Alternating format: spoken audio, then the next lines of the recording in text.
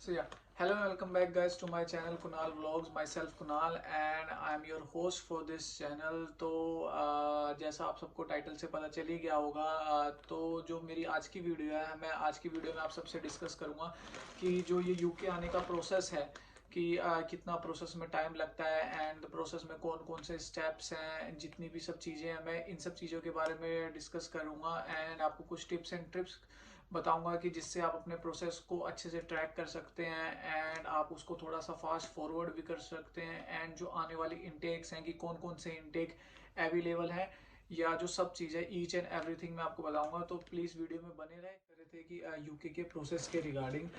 तो जो यूके का फाइलिंग प्रोसेस होता है ये यूजुअली 4 से 5 स्टेप्स में होता है। इसमें तो जैसे कि हम आते हैं कि कई जो स्टूडेंट्स हैं वो +2 के बाद अपने बैचलर्स के लिए यूके आते हैं और कई मास्टर्स के लिए आते हैं। तो सो ये एक अलग टॉपिक है, इसको हम किसी अलग वीडियो में डिस्कस करेंगे कि आफ्टर +2 आना बेस्ट है स्टूडेंट्स के लिए या फिर मास्टर्स पे आना बेस्ट है या फिर वो डायरेक्ट वर्क परमिट पे हैं। अब जैसे कि कई नए वीज़ाज जो खुले हैं, जैसे skill worker visa, migrant visa, ये और इंडिया के साथ और भी बहुत सारे वीज़ाज की है जिनकी आगे बात चल रही है जो स्टूडेंट्स के लिए या माइग्रेंट्स हैं जो easily India to UK move हो सकते हैं और जो उसका क्या क्या कॉस्ट आता है। ये टोटली एक डिफरेंट टॉपिक है, इस पे हम अगली किसी दूसरे वीडियोज में बात करेंगे। इस वीडियो में हम सिंपल ये रखेंगे कि प्रोसेस में जो एक स्टूडेंट वीज़ा का प्रोसेस है उसमें क्या क्या इंक्लूड्स करता है और आपको क्या क्या डॉक्यूमेंटेशन की नीड पड़ती है ड्यूरिंग योर होल प्रोसेस और क्या क्या चीज़ है जो आपको माइंड में रखनी चाहिए और क्या क्या जो गलतियां हैं जो आपको नहीं करनी चाहिए, ताकि जिससे आपका प्रोसेस जो है वो और ज़्यादा फास्ट फॉरवर्ड हो। तो अब जो सबसे पहली चीज़ आती है कि जैसे याद जब आपने +2 कर ली या फिर जो आपने डिग्री कर ली तो फटाफट आपके ऊपर है कि आप उसको आप एक आइल्स करें, इंग्लिश का सर्टिफिकेट लें, चाहे आइल्स करें चाहे पीटी करें। इंडिया, पाकिस्तान, बांग्लादेश में बहुत सारे इंस्टीट्यूट्स हैं अलग अलग स्टेट्स में जहाँ से आप ये आइल्स पीटी या आप कर सकते हैं। तो आप इसमें एक अच्छा सा पहले आप ये ट्राई करें कि जितने से ज़्यादा अच्छे से अच्छा बैंड स्कोर है आप वो ले पाए, क्योंकि आपके बैंड स्कोर पे डिपेंड करता है कि आपको कैसी यूनिवर्सिटीज़ मिलेंगी। मतलब कि आपके जितना अच्छा बैंड स्कोर होगा उतनी अच्छी आपको यूनिवर्सिटी मिलेगी, उतनी ज़्यादा आपको स्कॉलरशिप मिलेगी और उतने ही आपको जो है ऑफर लेटर की टाइमिंग पे भी डिपेंड करता है और मेन जो आपकी एजेंसीज है उस पर भी करता है और आपके एकेडमिक्स पे भी करता है। तो जैसे कि आपने फर्स्ट चीज़ होती है कि आपने आइल्स पीटी कर ली, लेकिन जैसे कई स्टेट्स होते हैं जैसे जो फ्रॉम सीबीएसई बोर्ड है या आईएचएसई बोर्ड है तो इनका होता है, इनको इनमें इंटरव्यू का इंग्लिश का वेवियर भी मिल जाता है तो डायरेक्ट इंटरव्यू दे के भी ले सकते हैं। लेकिन अगर आपके पास ये हो आइल्स और पीटी हो तो आपका बेस स्ट्रॉन्ग हो जाता है, इसमें आपके ज़्यादा चांसेस हो जाते हैं कि आपको एडमिशन मिलेगा और आपके वीज़ा के भी चांसेस बढ़ जाते हैं।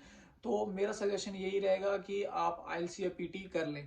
तो अपना ये बैंड लेने के बाद फिर आप अपने सारे डॉक्यूमेंटेशन प्रिपेयर करें और अपने आप खुद भी या किसी एजेंट की अगर आप हेल्प लेना चाहते हैं तो उनसे लेके आप यूनिवर्सिटीज़ में अप्लाई कर लें। खाली किसी एक यूनिवर्सिटी में ना अप्लाई करें।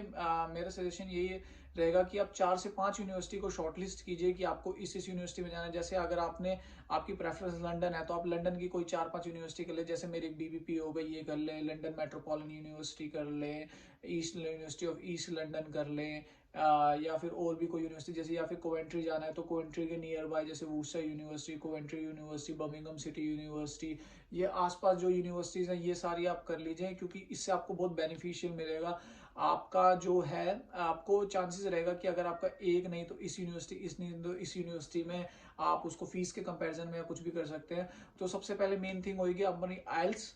आइल्स के बाद जो दूसरा होगा यूनिवर्सिटी सेलेक्ट करना और यूनिवर्सिटीज़ में अप्लाई करना, ताकि आपके पास एक ऑफर लेटर आ जाए। फिर आपको एक जो यूनिवर्सिटी है वो एक ऑफर लेटर देती है जिसमें आपकी सारी डिटेल्स होती है कि आपका नाम ये, आपने इस यूनिवर्सिटी में किया और उसमें सारी लिखा होता है कि हाँ जी आपकी सारी फर्दर प्रोसेस की आपने इस यूनिवर्सिटी में अप्लाई किया है, हमने आपकी एक सीट कंफर्मेशन हो जाती है। और तो फिर उसमें लिखा होता है कि आपको इतनी फीस पे करनी है, इतनी कास्ट के लिए पे करनी है, इतनी आप बाद में भी पे कर सकते हैं, कि it's up to on you कि आप कितनी फीस पे करना चाहते हैं जो उस लेटर के हिसाब से। तो सारी डिटेल जो सारी सारी क्लैरिटीज़ है वो आपको तभी की तभी मिल जाती हैं। तो जब आपका ऑफर लेटर आ जाता है तो ऑफर लेटर आने के बाद की कंडीशंस उसमें ये होती है कि आपको एक इंटरव्यू क्लियर करना पड़ेगा। कि एक अब जैसे है मोस्टली स्टूडेंट्स का आता ही आता है इंटरव्यू यूनिवर्सिटीज़ की तरफ से। तो आप फिर को होता है कि आपका सेकंड जो स्टेप होता है वो ये होता है कि आप इंटरव्यूज़ के लिए तैयार करें। इंटरव्यूज़ में वो मोस्टली नॉर्मल क्वेश्चन ही पूछते हैं, जैसे about your university, about your previous qualification, about your financial statement की कि आपकी स्टडी को स्पॉन्सर कौन कर रहा है, कितने फंड्स हैं, आपने पिछला क्या पढ़ा हुआ है, आपको क्या आता है, आपने ये यूनिवर्सिटी क्यों चूज़ की, इसकी फ़ीस कितनी है। मतलब कि ओवरऑल वो ये चेक करते हैं कि आप जो प्रोसेस कर रहे हो, आप इतनी दूर आ रहे हो, आपको स्टडी के बारे में पता भी है या नहीं, और आप इंटरेस्टेड हो टूवर्ड्स योर स्टडी या नहीं। फिर जब ये होता है, ये नॉर्मल जो इंटरव्यू होता है, ये किसी का 20 मिनट का होता है, किसी का 10 मिनट में होता है। जैसे मेरा था, मेरा सिर्फ 15 मिनट का इंटरव्यू था, ना ज़्यादा कोई लंबी चौड़ी चीज़ नहीं थी। उन्होंने सिर्फ मेरे से बहुत नॉर्मल नॉर्मल क्वेश्चन पूछे। उसके लिए भी मैं आपको फर्दर वीडियो में एक बना के बता दूंगा कि उन्होंने मेरे से क्या क्या इंटरव्यू क्वेश्चन पूछे और मैंने कैसे प्रिपरेशन की थी। और मैं आपको कुछ टिप्स एंड ट्रिक्स भी बता दूंगा कि जिसने मेरे इंटरव्यू में हेल्प करी, होप कि वो आपको भी करे और आपका भी इंटरव्यू जल्दी से जल्दी क्रैक कर पाए। इंटरव्यू के बाद विद इन 7 to 10 डेज में आपका एक कैश लेटर आ जाता है, कंफर्मेशन ऑफ एक्सेप्टेंस। एक वो ये लेटर होता है जिसमें आपकी सीट कंफर्म हो जाती है, जिसके बाद आपको फर्दर अपने वीज़ा के लिए अप्लाई करना पड़ता है। जिस दिन आपका कैश आया, 99.9% हो जाता है कि कैश आने के बाद आपका वीज़ा आएगा ही आएगा।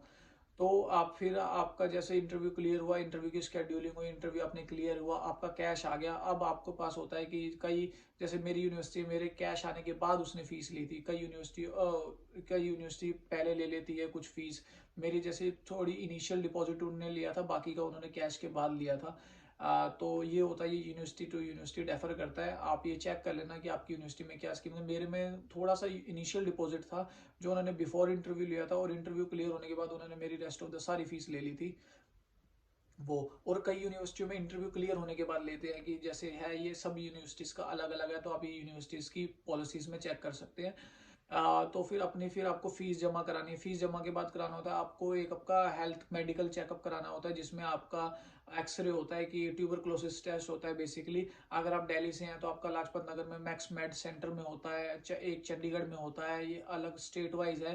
तो इसकी जो भी कॉस्ट होती है, आपको ये मेडिकल कराना होता है। और इसके बाद आपको, आपके अगर 28 दिन पुराने फंड्स हैं, कि कि आपके पास इतना फंड्स हैं, जैसे कई जगह होते हैं कि आपको जो फंड्स होते हैं ये आप यूके गवर्नमेंट की साइट पे मिल जाएंगे कि आपको कितने शो करने। इनर लंदन के डिफरेंट फंड्स होते हैं, आउटर लंदन के डिफरेंट फंड्स होते हैं।